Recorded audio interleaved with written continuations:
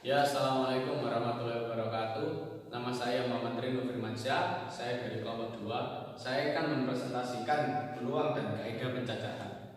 Nah, sebelum itu kita harus mengetahui peluang itu apa. Definisi dari peluang itu suatu kejadian didefinisikan sebagai kemungkinan munculnya suatu kejadian dari sebuah semesta himpunan dengan nilai dari peluang itu bisa sama dengan 0 atau lebih dari 0, dan juga bisa kurang dari 1 atau sama dengan 1. Nah, peluang itu dirumuskan dengan ini: PA sama dengan NA per NS. Nah, gimana NA sama NS ini? NA itu banyaknya kemungkinan terjadi kejadian A, dan NS itu banyaknya seluruh kejadian yang mungkin. Nah, di sini ada contoh soal. Contoh soal itu berbunyi, ada sebuah dadu lalu dilempar sekali. Tentukan peluang munculnya mata dadu 6. Nah, di sini kita tentukan NS sama NA-nya dulu. Nah, NS itu banyaknya seluruh kejadian yang mungkin. Jadi di sini NS itu dadu itu kan mempunyai mata dadu ya, yang 1, 2, 3, 4 sampai 6. Nah, karena dadu mempunyai mata dadu yang jumlahnya itu 6, misalnya 1, 2, 3, 4, 5, 6. Nah, disitulah kita tulis 6 di NS-nya. Nah, lalu untuk NA itu banyaknya kemungkinan terjadi kejadian A. Nah, karena sebuah dadu mempunyai satu mata dadu yang 6, nah berarti di sini kita tuliskan 1. Paham ya maksudnya ya? Maksudnya itu mata dadunya yang 6 itu kan cuma dari 1 aja. Nah, jadi seperti itu. Nah, NS dan NA-nya sudah diketahui. Nah, kita langsung masuk ke rumus. Nah, ini PA ini. Saya tuliskan di sini. PA sama dengan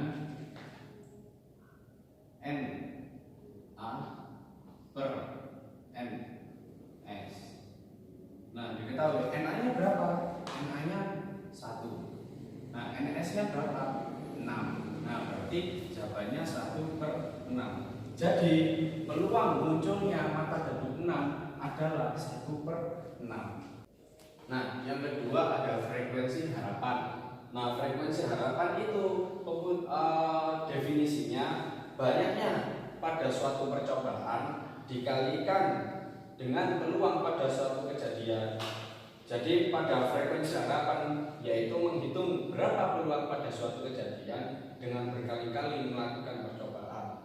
Nah, frekuensi harapan ini bisa dipraktekkan secara langsung juga. Contohnya dengan melempar uang logam sebanyak 100 kali.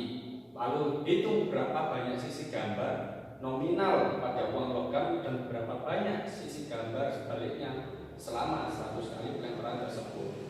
Nah, di sini kan frekuensi harapan itu banyak ditanyakan, itu antara gambar dengan angka. Nah, frekuensi harapan itu rumusnya N dikali PA, di mana N ini banyaknya suatu percobaan, dan PA ini, P-nya adalah peluang. Nah, A ini kejadian A.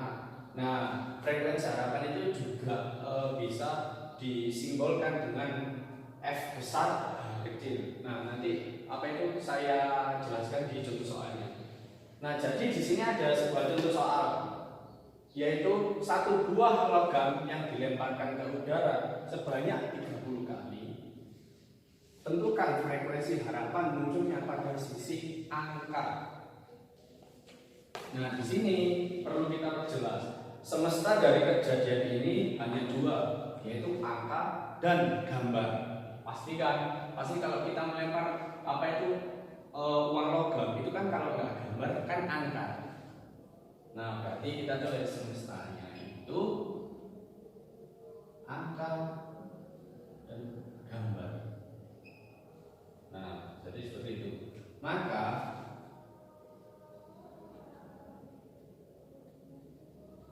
NS-nya itu 2, angka dan gambar.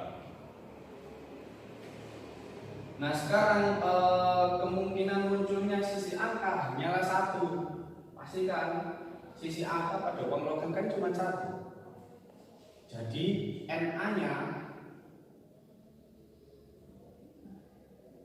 itu satu. Nah berarti di sini NS sudah ketemu 2, NA sudah ketemu 1. Nah kita langsung masuk rumus ke frekuensi harapan. Nah ini simbolnya frekuensi harapan. Nah frekuensi harapan itu N dikalikan PA.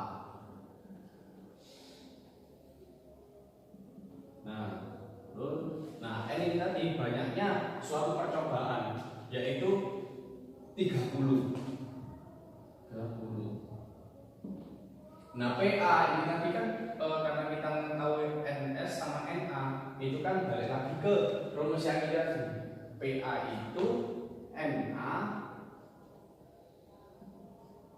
per NS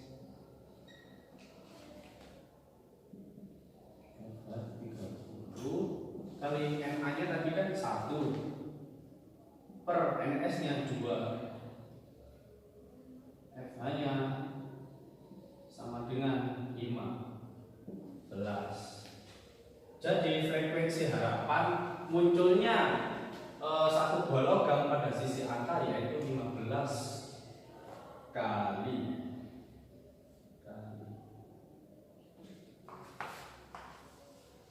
Nah setelah kita tadi yang pertama menghitung peluang, kedua menghitung frekuensi harapan, terus yang ketiga di sini ada peluang dari kejadian majemuk. Nah peluang dari kejadian majemuk sendiri itu dibagi menjadi 6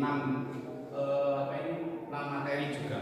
Nah peluang dari kejadian majemuk itu peluang yang diperoleh dari 2 atau lebih kejadian dengan berbagai kekhasan hubungan antara kejadian. Nah, yang saya bahas di sini yang pertama adalah peluang gabungan 2 kejadian.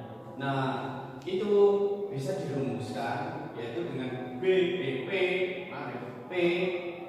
buka kurung A gabungan B tutup kurung sama dengan PA ditambah PB dikurangi P buka kurung A irisan B tutup kurung. Nah, jadi rumusnya seperti ini untuk peluang gabungan 2 kejadian. Nah, langsung ke contoh soalnya. Nah, contoh soalnya seperti ini. Peluang Andi lulus mata kuliah matematika adalah 1/3 dan peluang lulus mata kuliah statistika adalah 1/4. Jika peluang lulus kedua mata kuliah tersebut adalah 1/6, berapakah peluang lulus salah satu mata kuliah tersebut? Nah, sekarang kita hitung. Nah, di sini kan untuk rumus peluang gabungan 2 kejadian yaitu PA plus PB dikurangi P dalam kurung A irisan B. Nah, di sini kita ketahui bahwa PA-nya itu 1/3. Nah, di sini terus untuk PB-nya itu kita ketahui yaitu 1/4. Nah, untuk P buka kurung A irisan B tutup kurung itu 1/6. Nah, jadi kita tinggal operasikan saja ke dalam rumusnya ini. Jadi rumus dari peluang gabungan 2 kejadian itu kan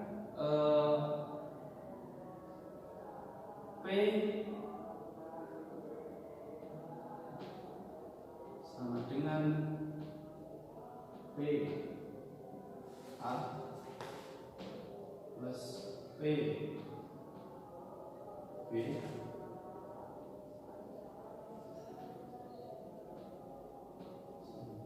Nah, tinggal kita operasikan saja.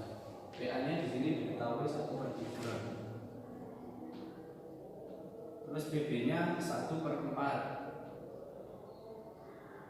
Terus dikurangi 1/6.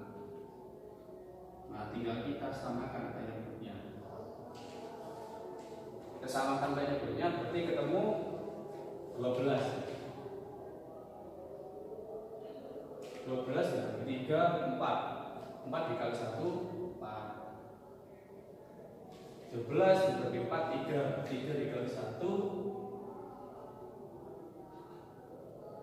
3. 12 dibagi 2, 12 dibagi 6, 2. 2 dikali 1, 2. Berarti di sini 4 ditambah 3, 7. 7 dikurangi 2, 5. Berarti jawabannya 5/12. Jadi peluang lulus salah satu mata kuliah tersebut yaitu 5/12. Nah sekarang yaitu B, kejadian saling lepas. Nah kejadian saling lepas itu mempunyai syarat, yaitu bila tidak ada irisan antara kedua himpunan sehingga P buka kurung A irisan B tutup kurung sama dengan 0. Nah sekarang di kejadian saling lepas itu dirumuskannya seperti ini. P buka kurung A gabungan B tutup kurung sama dengan PA ditambah PB. Nah contoh soalnya seperti ini. Misalnya dalam sebuah kantong terdapat 10 kartu dengan nomor yang berurutan. Kemudian satu kartu diambil secara acak.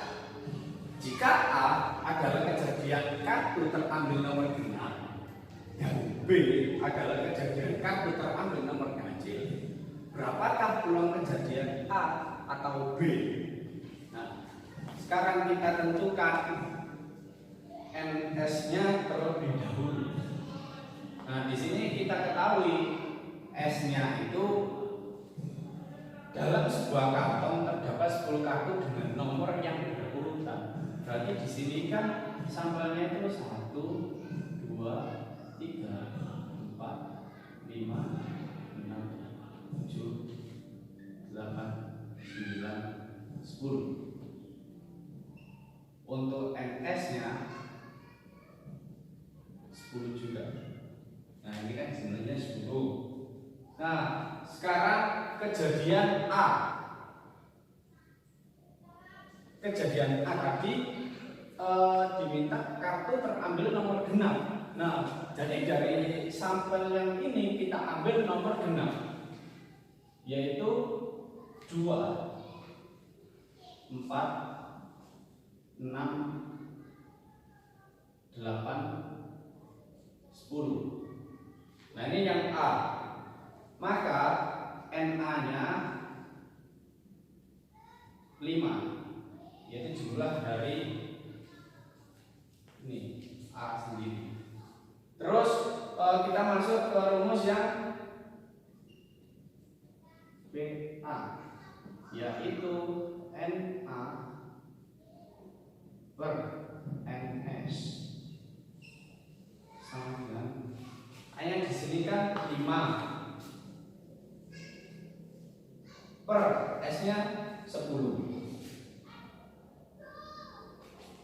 Nah ini kan masih kejadian yang A. Nah yang ditanyakan kan peluang kejadian A atau B, berarti kita juga harus menghitung yang B. Sekarang yang B. B tadi kan diminta kejadian kartu terambil nomor ganjil. Berarti kita pilih bilangan ganjil dari 1 sampai 10, yaitu 1, 3, 5, 7, 9. Berarti NB nya itu 5. Nah kita masuk ke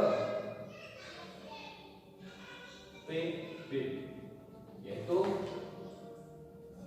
NB NS sama dengan NB nya di sini kan 5, S nya juga 10. Nah kita sudah mengetahui nilai PA dan juga nilai PB. Nah lalu kita langsung mengoperasikan nilai PA dan nilai PB ke dalam rumus kejadian saling lepas,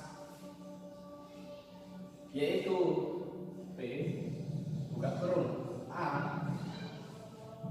gabungan B sama dengan P A ditambah PB. Kita operasikan, PA-nya 5/10 tambah PB-nya 5/10. Itu sama dengan 10/10. Yang 10/10 sama dengan 1. Jadi berapakah peluang kejadian A atau B? Yaitu 1. Ya, nama saya Muhammad Robi Salam. Saya di sini akan melanjutkan yang dijelaskan sama Mas Rinu, yaitu tentang peluang majemuk. Ya, dalam peluang majemuk yang ketiga ini ada yang namanya kejadian saling bebas, yaitu independen. Ya. Kejadian saling bebas itu sendiri adalah bila suatu kejadian tidak mempengaruhi terjadinya kejadian yang lain. Jadi ini adalah syarat sebuah peluang dinyatakan dalam kejadian saling bebas, ya, yang yaitu tidak ada kaitannya dengan kejadian yang lain. Rumus dari kejadian saling bebas ini yaitu P kurung buka A irisan B kurung tutup itu sama dengan P A dikali dengan PB. Ini untuk contoh soalnya yaitu ini, dua dadu seimbang dilemparkan secara bersamaan. Peluang munculnya mata dadu pertama 2 dan mata dadu kedua 4 adalah. Nah, dalam contoh soal ini, mengapa soal ini kok disebut dengan kejadian sering bebas? Yaitu karena dadu pertama dan kedua tidak saling berkaitan. Sekarang kita akan coba menjawab soal nomor 2 ini, soal yang ketiga ini ya. Misalkan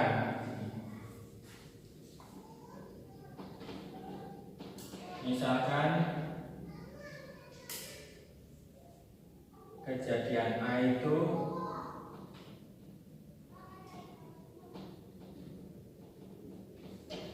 adalah 2 ya, dan kejadian B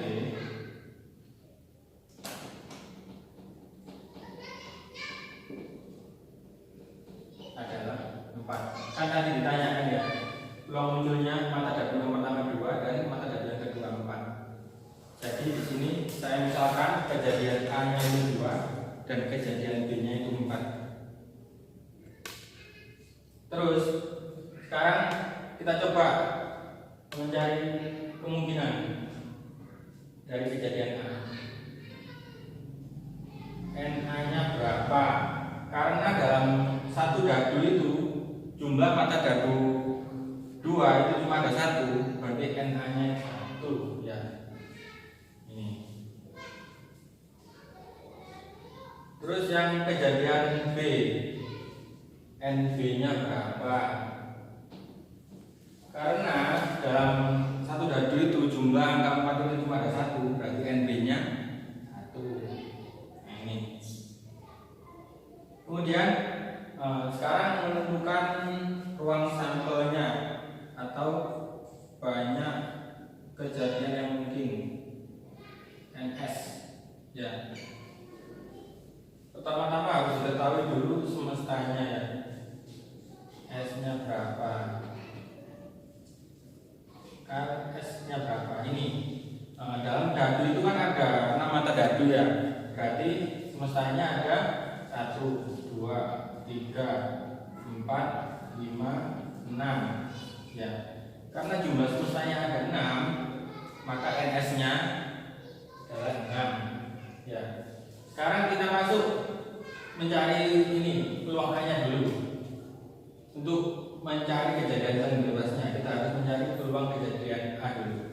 Berarti PA itu sama dengan NA per NS kan ya.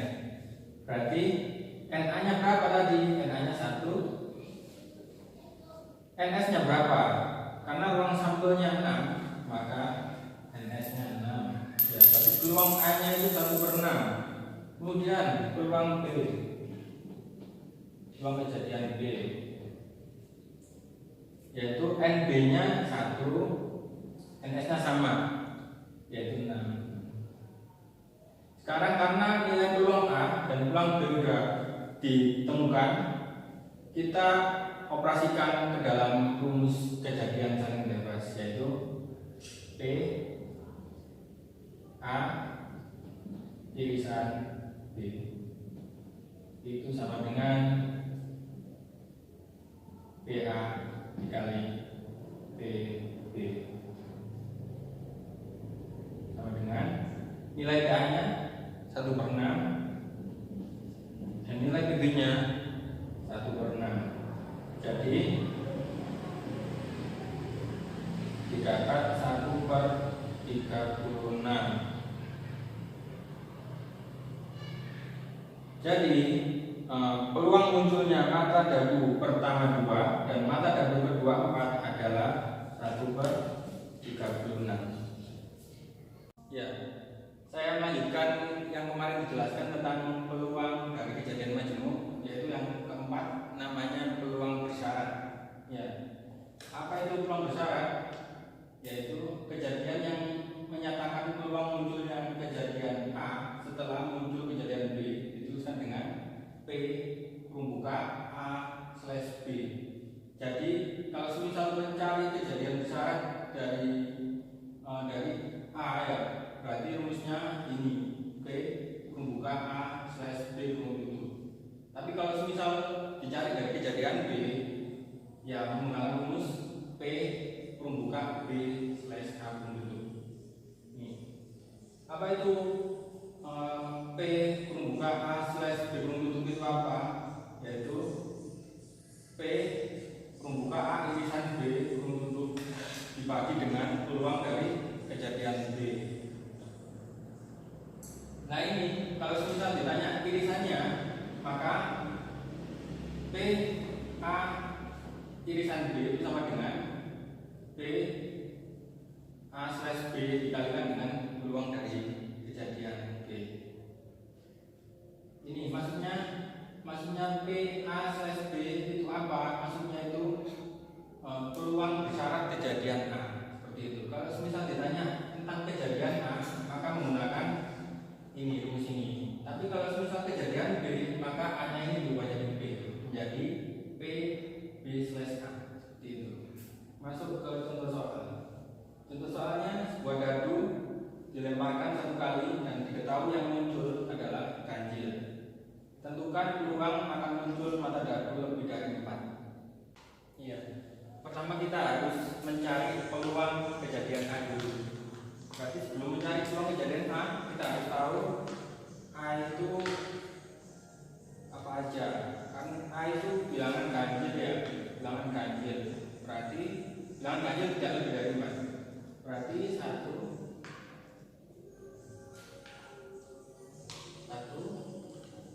3, 5. Ini kan A ya. Berarti kalau A itu ini NA-nya berapa?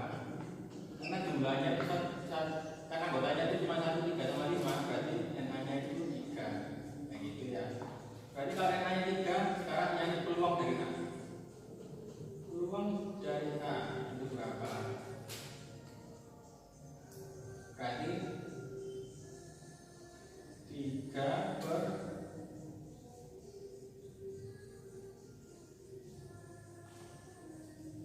peluang sampelnya dagu ada 6 ya, 3/6, berarti sama dengan 1/2. Nah itu. Ini untuk peluang kejadian A. Sekarang kita mencari peluang dari kejadian B.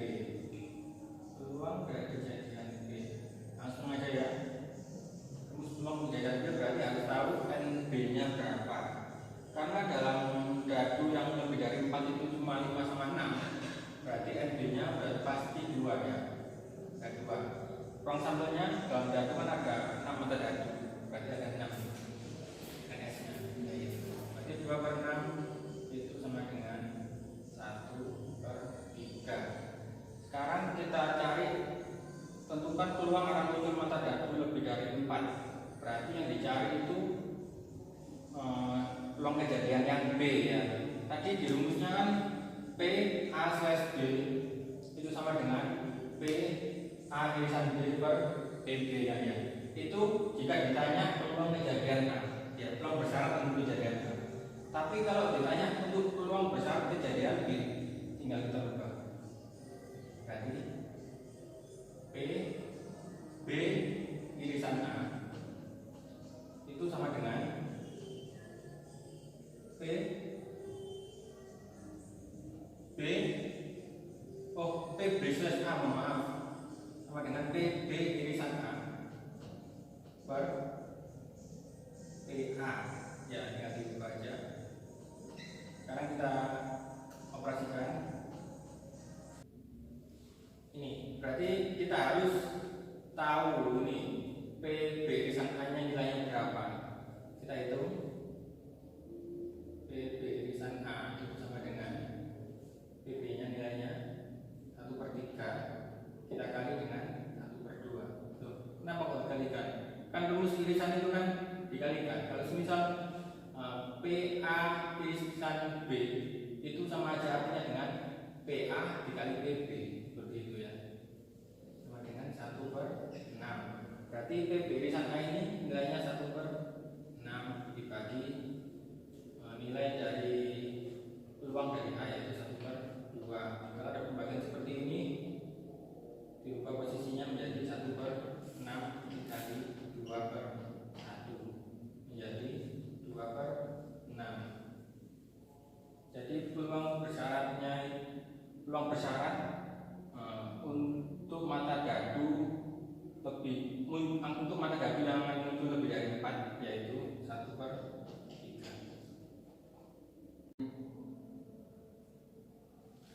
Ya, sekarang kita peluang dari kejadian majemuk yang kelima yaitu peluang komplemen suatu kejadian.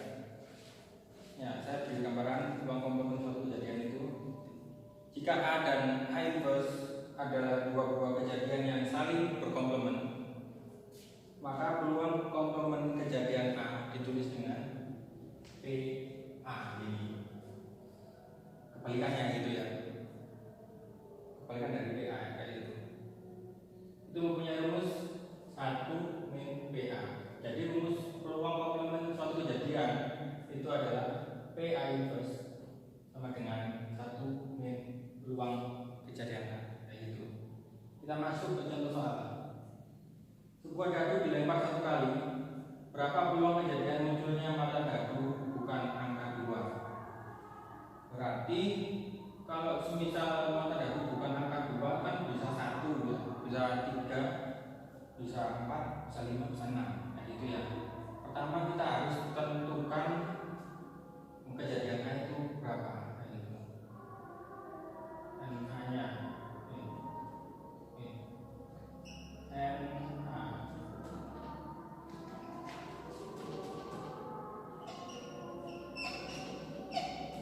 nya sama dengan berapa? Karena bisa 1, bisa 3, bisa 4, bisa 5, bisa 6 ya kan ya. NA nya itu bisa dari angka itu tadi ya, tapi masih belum tahu. Jadi 1 ya hanya begitu. Terus karena dadu itu kan mata dadunya ada 6, berarti ruang sampelnya NS nya 6 ya. Berarti peluangnya yaitu PA itu sama dengan NA per NS kan ya, atau 1/6 kali ini.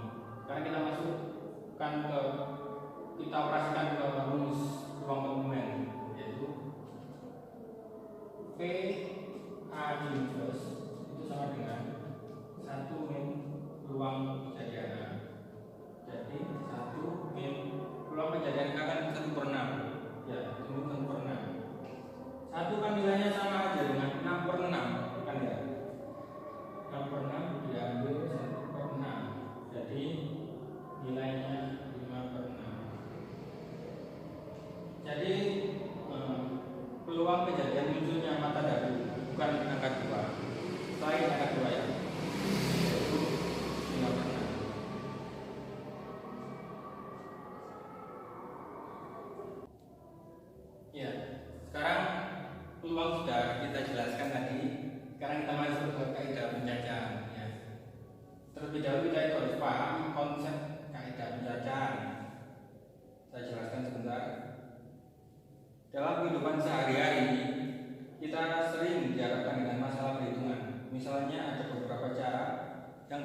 dilakukan pada saat memasukkan sebuah kelereng ke dalam sebuah kantung. Begitu pula apabila memasukkan beberapa kelereng ke dalam beberapa kantung. Berapa cara memilih wakil dari beberapa kelompok mahasiswa, dan masih banyak lagi kasus yang lain. Salah satu prinsip dasar yang mendasari perkembangan probabilitas, terutama yang terkait dengan masalah penghitungan, adalah konsep dasar kaidah penjajahan. Ada dua prinsip dasar pada konsep dasar penjajahan, yaitu aturan penjumlahan dan aturan perkalian.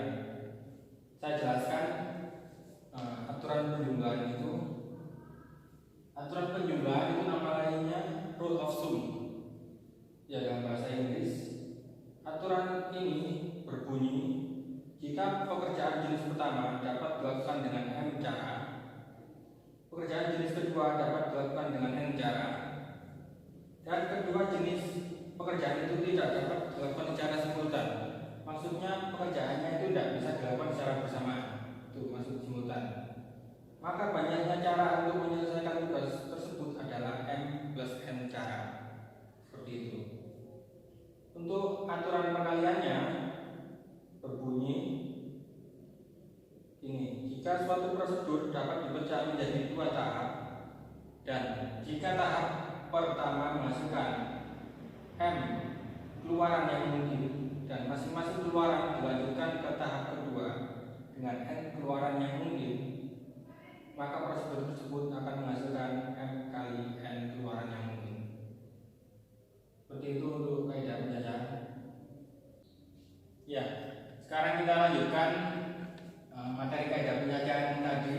Setelah saya jelaskan aturan penjumlahan sama aturan perkalian, sekarang kita bahas tentang faktorial.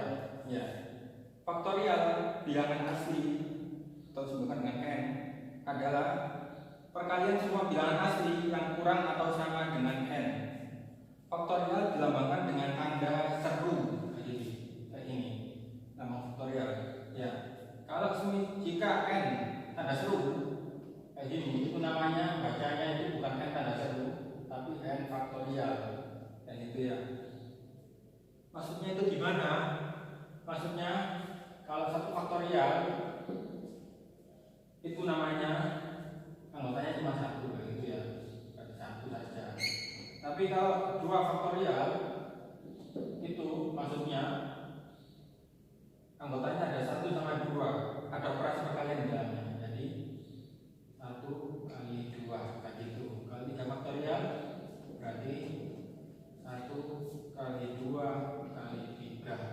Kalau empat faktorial, lima faktorial, enam faktorial, akan dilanjut sendiri.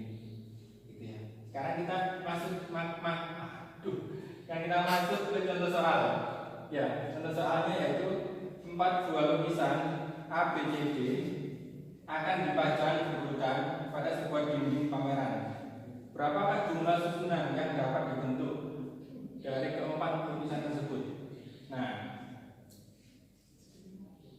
ini karena jumlah lukisan yang akan dibentuk susunannya adalah 4, ya. Susunannya adalah 4, yaitu A, B, C, D. Maka jumlah susunan yang bisa dibentuk adalah 4 faktorial. Jadi ini 4 faktorial itu sama dengan berapa kali? 1 kali 2 kali 3 kali 4 sama dengan 1 kali 2 2 kali 3 6 6 kali 4, yaitu ada 24. Ada 24. Berarti berapakah jumlah susunan yang dapat dibentuk dari keempat lukisan tersebut? Berarti banyak susunan yang dapat dibentuk, ada 24 cara. Ya, sekarang kita memasuki materi kita setelah faktorial, yaitu permutasi. Apa itu permutasi? Permutasi adalah susunan objek yang memperhatikan urutan. Ya. Rumus permutasi itu adalah P n, R itu sama dengan n faktorial dibagi n min r faktorial.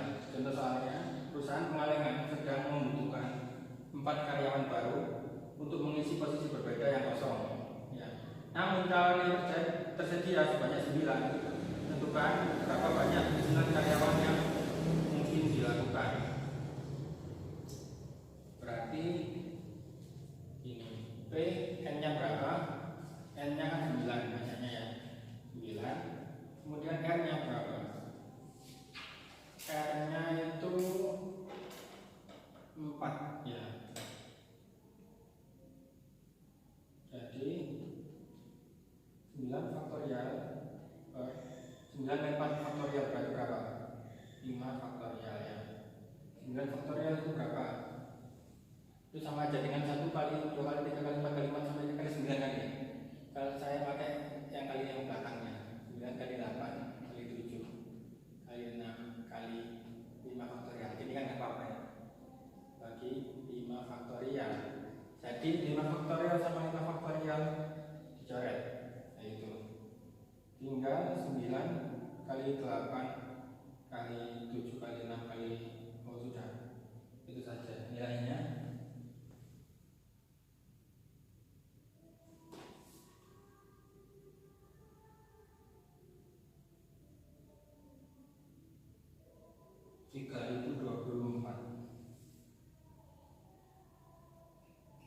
Jadi banyak pemilihan susunan untuk karyawan yang dilakukan adalah 3024 cara.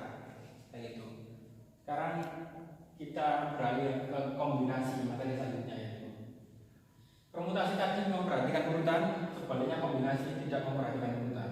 Rumus kombinasi yaitu C n, R sama dengan n faktorial dibagi r faktorial dikali n min r faktorial. Contoh soalnya ya, dari 4 bus di terminal akan dipilih 2 bus untuk berangkat ke Jogja. Ya, ini titik. Berapa cara memilih bus tersebut? Ini kita operasikan rumus kombinasi ya. C n-nya berapa? Dari 4 bus ya, berarti n-nya 4. N-nya 4. Kemudian R-nya berapa? Akan dibagi 2 bus, berarti R-nya 2.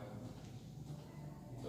Dengan rumus n faktorial berarti 4 faktorial per r faktorial berarti 2 faktorial dikali dengan ini. N min R berarti 4 min 2 berarti berapa? 2 faktorial.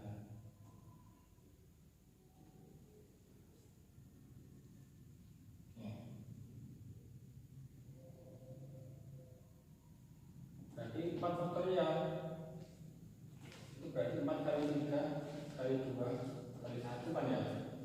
2 faktorial itu berarti 2 kali 1 dikali 2 kali 1 kan ya, ini.